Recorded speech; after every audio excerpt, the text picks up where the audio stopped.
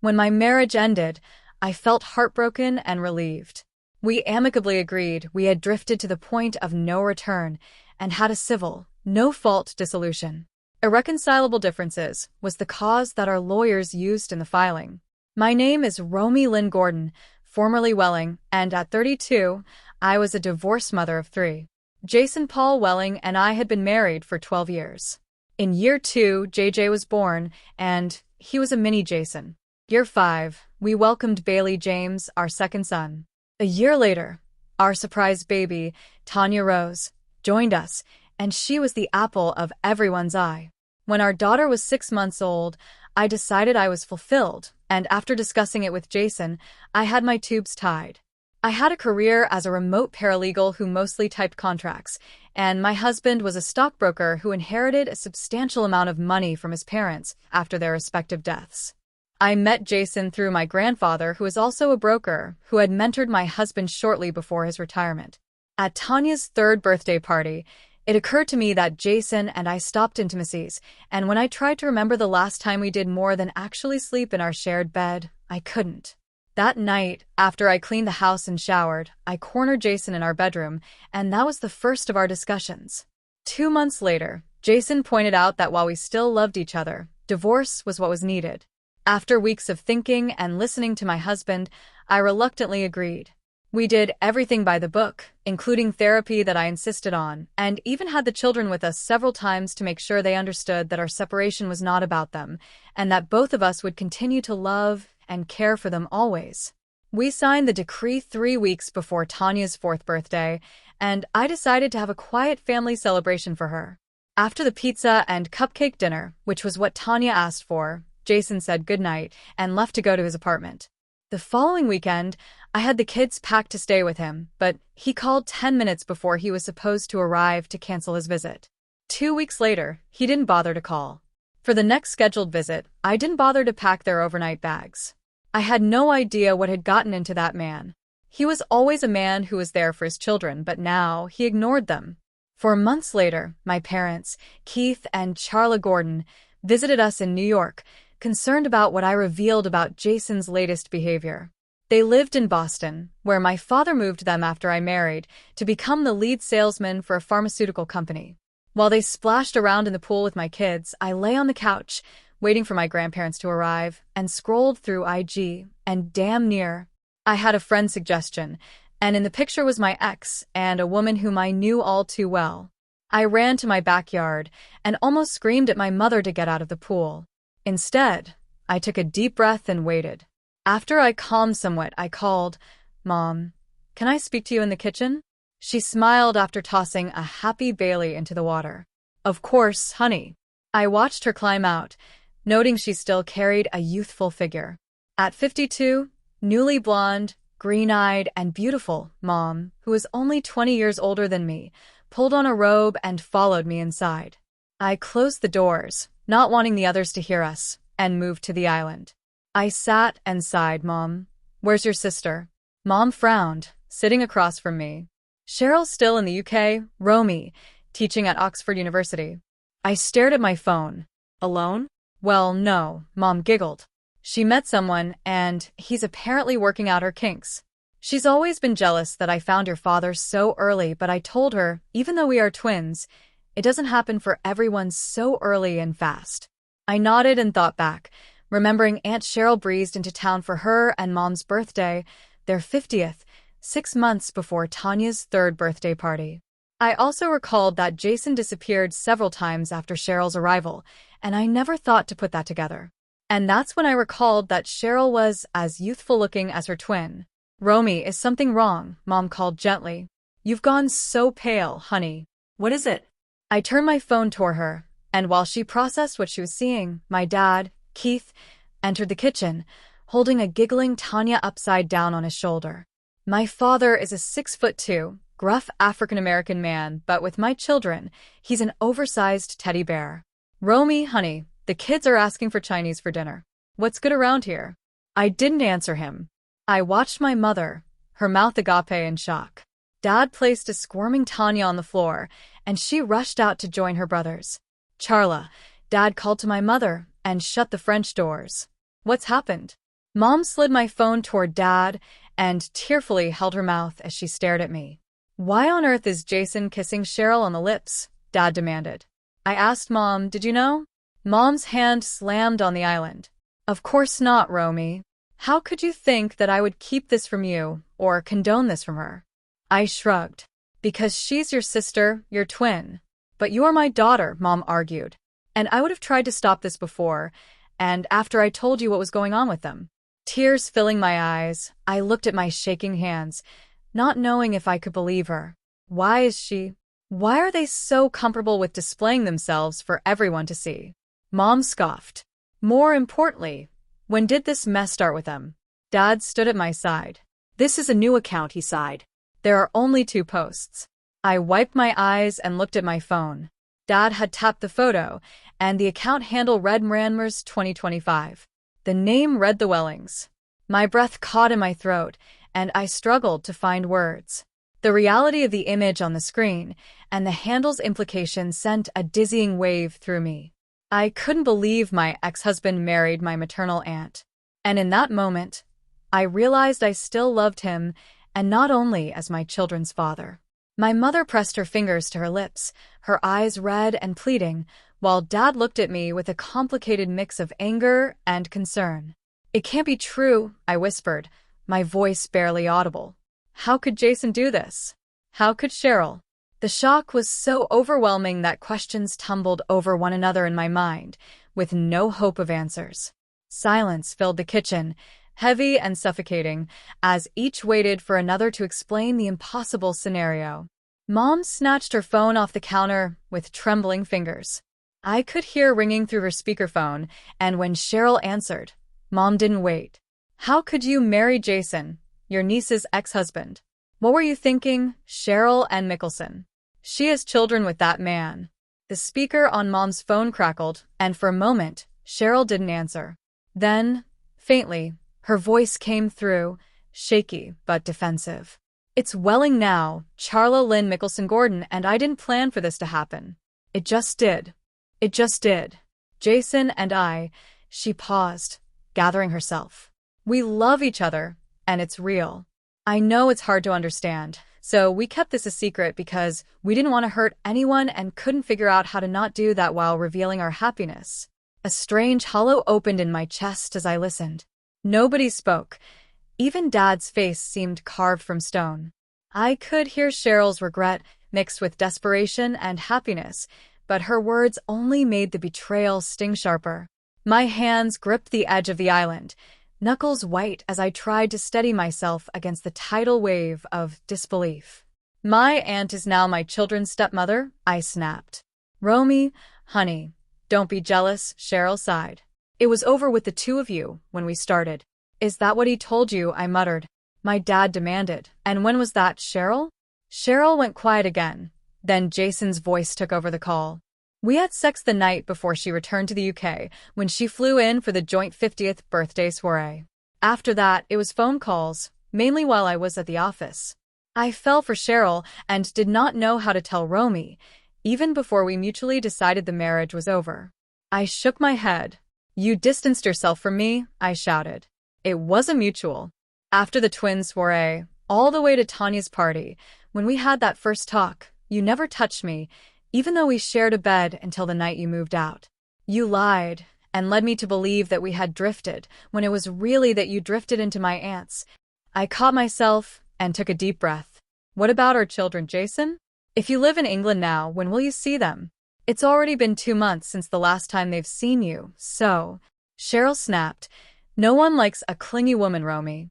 You can't force him to be a part of their lives if he doesn't want to be. I mean, are you expecting him to fly there every other weekend for a visit?" "He's their father, Cheryl," Mom shouted.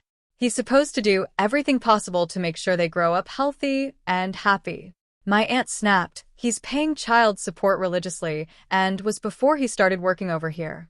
Romy doesn't need his money. Don't you think she got more than a fair share, as a settlement?" "He was court-ordered to pay," Dad insisted. "Failure to do so would have landed them back into proceedings. And why shouldn't he pay, when he was a participant in putting 3 beautiful children on the planet?" Cheryl shrieked. "Your daughter is a legal secretary, Keith. paralegal, whatever. She had her firm ring J for all he earned and inherited, and now what? She took his money, home, and pride. Does she want to take his happiness, too? I snapped. I didn't take all of that, Cheryl. I was granted the house and the money to care for our children. His pride is intact. That is thanks to me, my aunt giggled. And our latest news. News? Charla asked. What on earth now, Cheryl? Did you buy a summer home or something? I'm going to have a baby, Charla, she squealed. I'm pregnant. My heart skipped. Mom gasped long and hard. Dad shook his head. Pregnant at 52? Mom screeched. Are you insane, Cheryl? No, Charla, her twin sighed. What I am is happy. I've never been this ecstatic, even when I was married to Dave. I can't believe he's married to that little English muffin but still begging me to return to him. You've been divorced from David Roman for 6 years, Cheryl, Mom sighed. And you were married for 20. Cheryl laughed. True, and he never made me happy until he walked out and moved back to America with that slag. Well, I showed him. I'm now blissful, and he isn't. There's no way I'll ever take him back. I have a loving husband, a good marriage, and a baby on the way. Only 3 months to go before my son arrives, Charla. Have you told your mother what you've done, Mom asked. Cheryl cleared her throat. Mom knows about the baby, and so does Daddy. They're happy for me. Do they know about your husband? When did you marry him, anyway? August 11th. I frowned. You only married 3 days ago? Cheryl yawned. Anyway, it's midnight here, and I need my rest. Jay will continue sending child support and maybe a video chat or two, but his focus will be on our son. Oh, and Romy? The nerve. What? I snapped. Jason and I have decided we want to name our son after his father. Well, I said carefully. That's your choice. Another pause. Then the turn. It is, Cheryl said, but there's an issue. I shook my head. What issue? Your son, she said, as if she were referring to a misplaced coat. His name. The room felt suddenly smaller. My son's name, I repeated, staring at the phone. Yes. Since he already has Jason's name, it creates confusion. And frankly, it's not fair that my child won't be able to be a junior because of a decision you made years ago. I laughed. It slipped out before I could stop it. A decision I made? Romy, don't be defensive, she snapped. You named him knowing how attached Jason is to his name. I thought of the hospital room, the exhaustion, Jason crying when he held our son for the first time. I thought of how we'd agreed together, how we'd said the name out loud, and felt it fit. What exactly are you suggesting, Cheryl? I asked, already knowing. I think you should change JJ's name, she said briskly. Legally. He's still young. Children adapt. He could go by his middle name, or you could choose something new entirely. That way, my son can have his rightful name. My stomach twisted. You're asking me to rename my child, I said, slowly, so you can reuse my ex-husband's name. When you say it like that, it sounds unreasonable, she replied. It is unreasonable, Mom argued. Yes, it is, I agreed. Cheryl sighed, irritated now. Romy, you're being selfish. This is about family legacy. My son is family, I said, my voice shaking despite myself. He's not a placeholder. JJ is Jason, firstborn son. He's not even living with Jason full-time anymore, she shot back. My child will. That was her real argument. Territory. I stared out at the pool, recalling when JJ finally learned how to properly spell all 4 of his names before he learned to tie his shoes. Jason Paul Welling Jr. signed birthday and Christmas cards with exaggerated pride. I could not take that away from him. No, I answered. Cheryl inhaled sharply. Excuse me? No, I repeated. Louder now. Steadier. You don't get to erase my son to make room for yours. His name is not up for negotiation. This is going to cause tension, Jason warned. I want this done, Romy. I felt something settle in my chest then, heavy, solid, unmovable. Jason, your want stopped mattering in my life when you divorced me, and more so after you married my aunt. Silence. Then, coldly, I hope you can live with the consequences of being difficult. I smiled, though he couldn't see it. I already have, I said. Some things are already claimed, and that includes my son's name. Some things aren't hand-me-downs. The only sloppy seconds in all this is Jason Sr. Fine, Cheryl snapped. We'll reverse them. Paul Jason Welling will arrive in November. I shook my head, and my eyes landed on my oldest son, who was standing in the open doorway. He looked back at me, and I could see confusion forming in his eyes. He had questions, and I could feel them press against my heart like a physical weight. If he could form the words, I did not want him to say them. Mom, JJ whimpered. I knelt in front of him, reaching for his hand, trying to offer him some comfort, even though I had none left for myself. Relax, baby, breathe, I whispered, hoping he wouldn't have his first panic attack. The rest of the room fell silent. The phone call still active, but no one was willing to break the uneasy quiet. Outside, the afternoon sun slanted through the blinds, illuminating dust motes that spun aimlessly, like us, caught in the turbulence of everything torn apart. Jason's voice crackled again from the speaker. Romy, I never wanted any of this to hurt the kids. I swallowed hard, still holding my son's hand. You say that, but it doesn't change what you're suggesting. They need to know you're not just a voice from another country. He was silent for a long moment. This is still what we want. Mom's phone beeped. They ended the call. She sighed. My son squeezed my hand. I have to change my name, Mommy, JJ whimpered. I tearfully smiled and tapped his nose. After learning to spell all four correctly? No. Your name will always be Jason Paul Welling Jr. As much as Jason, Cheryl, and their solicitor tried all the way from England, I refused to change my son's name. Mom said that Cheryl decided that since my son was junior, hers would be called the second. Stupidest damn thing I ever heard, but I had no say in the matter. I scoffed at Mom.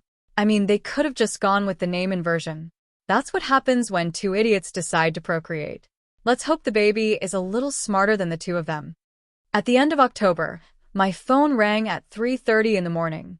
It was my mother. I quickly answered. Mom, what happened?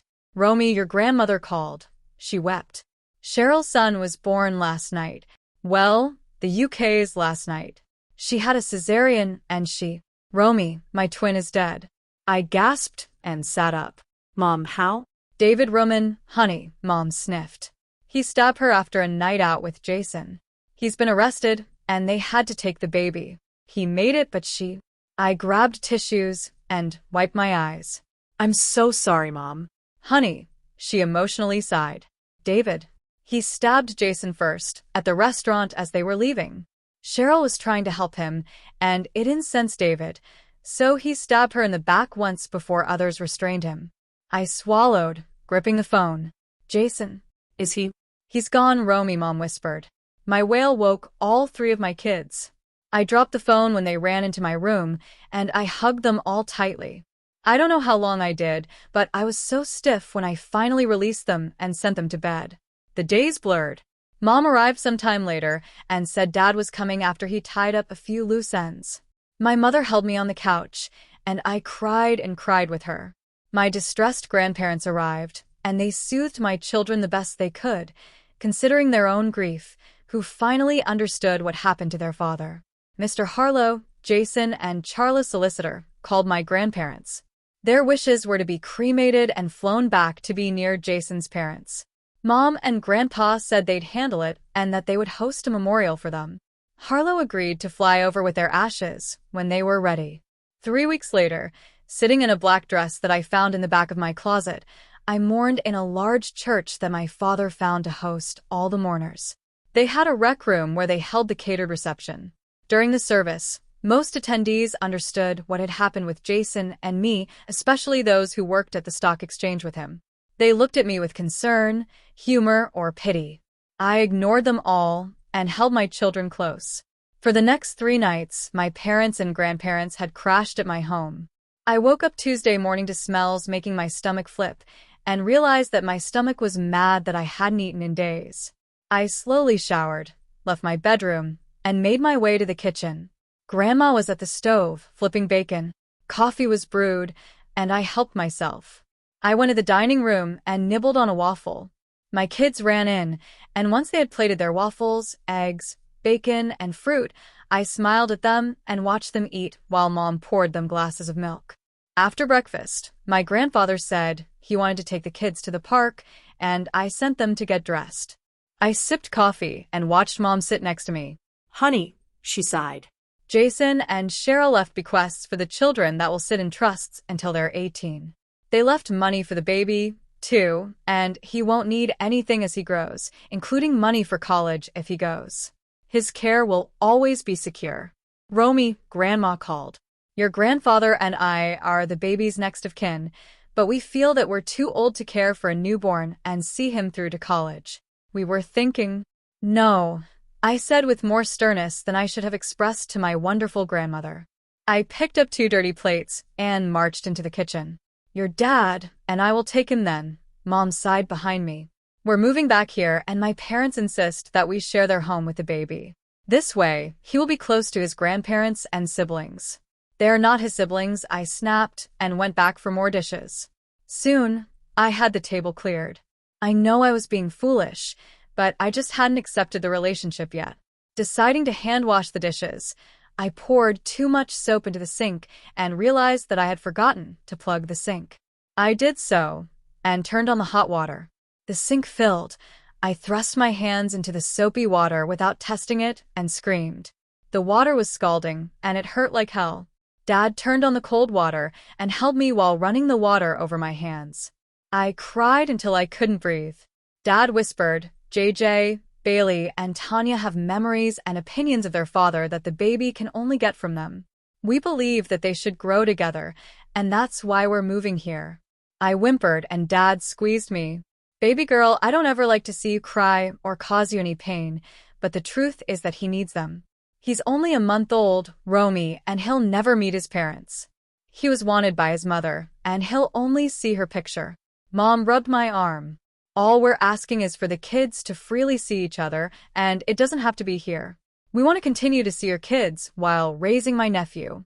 I sniffed. Grandma gave me tissues, and I wiped my nose. I don't want to see him. And your kids? I looked at Mom. It's up to them what they want when it comes to that baby. I won't influence them either way, but if they ask, I won't sugarcoat Jason and Cheryl's actions. Understood, honey, but are you okay with us seeing your children while we have the baby? I sighed to the ceiling and repeated, I don't want to see him. Ever? I don't know. A few months later, I was sitting in the living room staring at words in a book but not reading. My grandparents were out of town visiting Grandpa's brother when Dad called me. I answered the call and immediately heard a baby's cry. Dad? He said with exasperation, Romy, honey, I need your help. Mom's not answering her phone. My mother had come by earlier to get my kids for an outing, and I believed they were in a movie theater, so her phone was off or silenced. What's the matter, Dad? I can't get Jackson to stop crying. I frowned. Dad, who is Jackson? We changed the baby's name, Romy. Jackson James Welling is in the living room screaming, and I can't figure out why. I asked, but Dad, why Jackson James? Dad said, later, honey. Do you hear that noise? God, I did not miss that screaming. I left every time you started up with that mess. Help me, Romy. What do I do? I sighed, calm down, Dad. Is he hungry? Dirty? Sleepy? He insisted neither. I fed him an hour ago and immediately changed his diaper because he pooped. He fell asleep whimpering, but I put him down and he woke 10 minutes later, screaming like this, and he has not stopped. And your mother is not answering her cell. Hating to hear the panic in my father's voice, I stood and grabbed my purse. I'll be there in 20 minutes, Dad. He sighed gratefully, hurry, baby girl. I arrived with infant gas relief and handed it to my dad. Try this, I said and turned to leave, but he grabbed my arm and begged, come in and help me, Romy. I sighed. Dad, all you have to do is follow the directions and wait for it to work. I tried to pull away, but he held firm. Please, Romy. He's only a baby, and I don't want to harm him if I don't do this right. I frowned at him. Dad, are you saying that you're scared of a 5-month-old baby? He glared at me and stood up straight. Those things are scary, Romy Lynn Gordon. My father looked so lost that I sighed and stomped into the house. Dad moved ahead of me after locking the door and went straight to the noise. He had moved the bassinet to the dining room and placed it on the table. I could see a little hand wiggling about, and the screams. That sound tore at my soul. I slowly moved to the table and peeked in. All I saw was JJ when he was a baby 10 years ago. I don't know how long I stared at the baby before my dad nudged me. Dad asked, "Did you forget what to do, Romy?" I startled and shook my head. I shook the bottle and gave the medicine to the baby and worked his smooth legs, like he was on a bicycle. I don't know how much time had passed before he sounded like a trumpet. My dad laughed with relief, and the baby calmed. I released his little legs, changed his diaper, washed my hands, and stared at him again when I returned to the dining room, and when he calmed enough to nod off, I felt a tear fall. Just then, the front door opened, and I heard my children enter, loud and full of happiness. Conversations behind me flowed, but I couldn't take my eyes off the baby. I crossed my arms and stepped back when my second son patted my hip and jumped up and down with ketchup on his face. I smiled at the floor and said, "I'll take him." The whisper shocked even me. Mom moved to my side. "Honey, are you sure?" "I'll raise Jackson," I said. "As mine. We can take the baby home." Tanya squealed. "Would you like that?" I asked her, holding her little chin. Jumping up and down, she screamed, "Yes, Mommy." I looked at JJ, he shrugged. Then I turned to Bailey, who nodded. I asked Mom to help Bailey and Tanya clean their faces while I spoke with JJ. JJ assured, "Mom, it's fine. Like Gramps said, it's not his fault he was born." I nodded. "And him living with us won't hurt you?" He studied me and said, "Only if he's treated differently. If he lives with us, then he's one of us. We're already calling him Jax." I nodded again. "I think he should be my son in every way, don't you?" "Yeah," JJ sighed. "And we never tell him until we have to. If he's one of us, then he's our brother in every way, and we don't single him out, Mom." "Can you do that?" I smiled at my oldest son, who was closing in on 11, realizing he saw, heard, and thought about everything important. "I can do that," I whispered, and hugged him. My parents brought Jax to me 2 mornings later, after I spent those days getting a room ready for him. I only had 4 bedrooms, so I decided to pair Jax with Bailey, who I put in my bed while I worked. I set up new furniture in the room and cleaned thoroughly, as if I were nesting. Dad came first with his truck loaded with the things he and Mom bought for him, like a mountain of diapers, wipes, water, and formula. He also brought clothes, shoes, and groceries that I did not need, but they insisted that I keep and use them all. We spent the day together, and after Mom cleaned up after dinner, we were left alone with the newest member of our family. I called into my firm and requested maternity leave after my personal lawyer sent a letter stating that I was adopting a baby who was already in my care. Jackson turned out to be a happy and energetic child who is well beyond curious. His kindergarten teacher, Mr. Kendall, said he was a delight from his first day, and when Jackson moved to 1st grade, I went on a date with him. On our 5th date, he revealed he divorced his wife after she cheated, and I told Bill everything about my marriage and my 4th child. All he said was that it was commendable of me to take in the child after the pain I felt after learning of his pending arrival, and that I was far stronger than he originally believed. We married when Jackson turned 8. He had 2 children, a boy and a girl, from his previous marriage, so we moved to a 6-bedroom home across from my grandparents. There were now 6 children in our home on weekends, and most times my parents, grandparents, and his parents joined us. William Kendall and I enjoyed a large family and a loud home. At Jackson's high school graduation, I smiled and clapped with the other children and my husband. My parents were there, and we wished that my grandparents were with us to watch this, too. After, we hosted a party in our backyard for Jackson and his friends, and later that summer, we took a road trip and tearfully left him at his dorm at NYU, where he was going to study education and become a teacher like his stepdad. We revealed the truth about Jackson's parentage when he started asking questions. We told him the absolute truth, and while he took it hard at first, JJ was the one who calmed him down and explained everything more clearly. Over time, Jackson learned to forgive his biological parents. However, since he didn't know them and only knew us, we were considered his children's grandparents, just like with JJ's, Bailey's, Tanya's, William Jr.'s, and Sarah's children. I didn't want it any other way, and that was especially felt every Christmas when all were crowded under my roof.